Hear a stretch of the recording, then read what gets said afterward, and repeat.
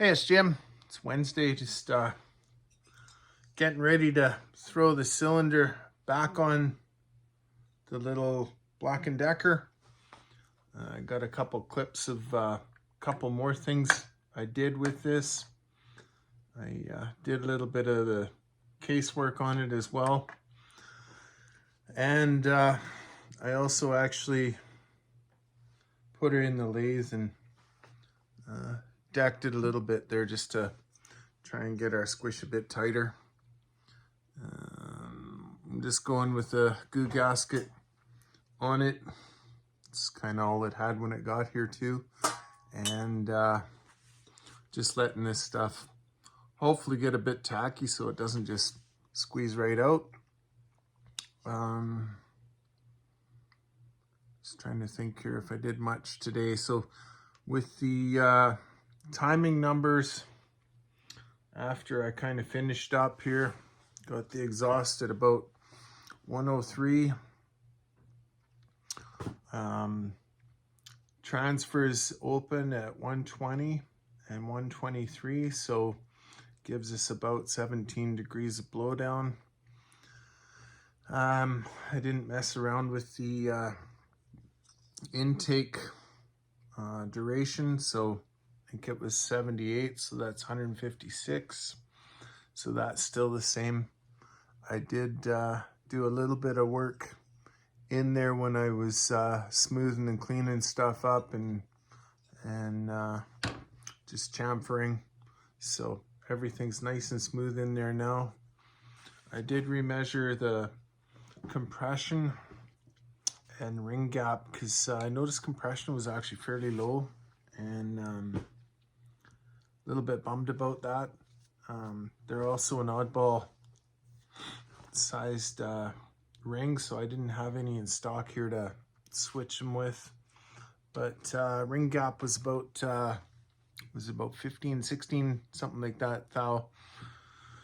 And with most of the saws there, when I throw new rings in, you're about 6 thou. So it is bleeding some compression off, definitely there.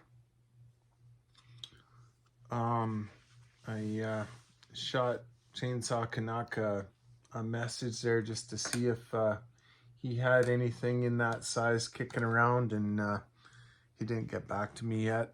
I did find some that claimed to be Caber.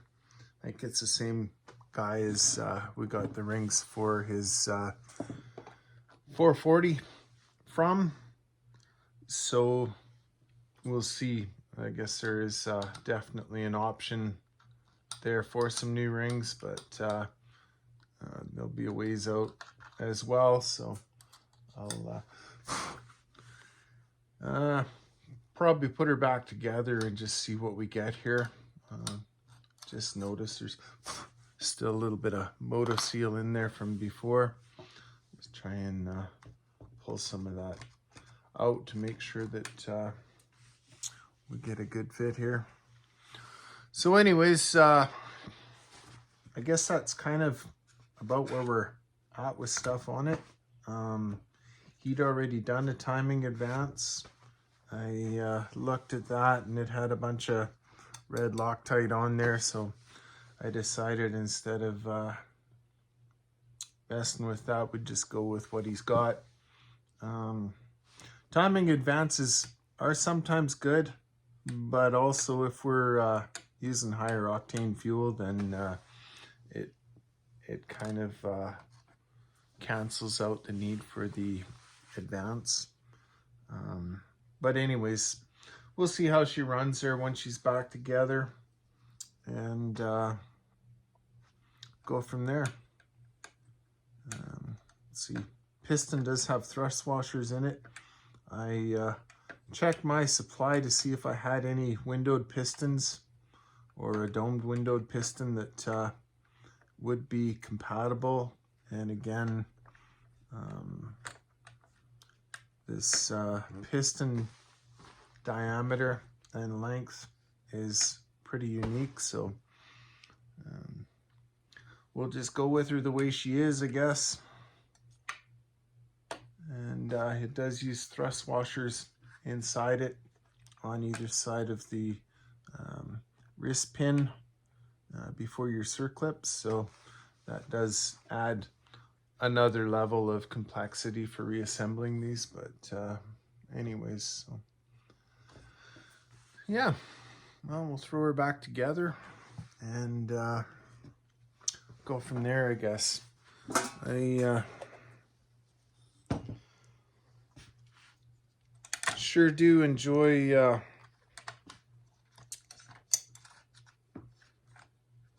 this kit that I grabbed. I think it was from Amazon a couple of years ago, but it sure does make life a lot easier for reinstalling cylinders.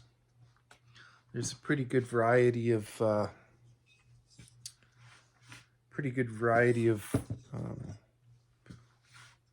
these bands here for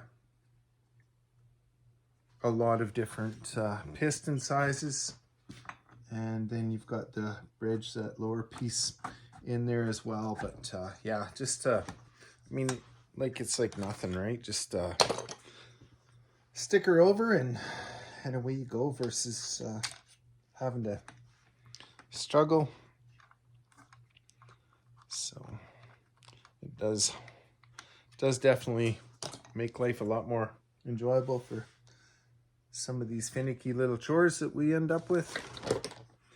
I'm just going to clean up a bit of the goo here before I slide her back together. So we'll catch you again in a bit here. Thanks. Bye. Let's give you a little look here at some of the casework I did on this. Just trying to match the case with the cylinder the way I've opened it up as well. So I'll just make sure she flows. This is a domed piston.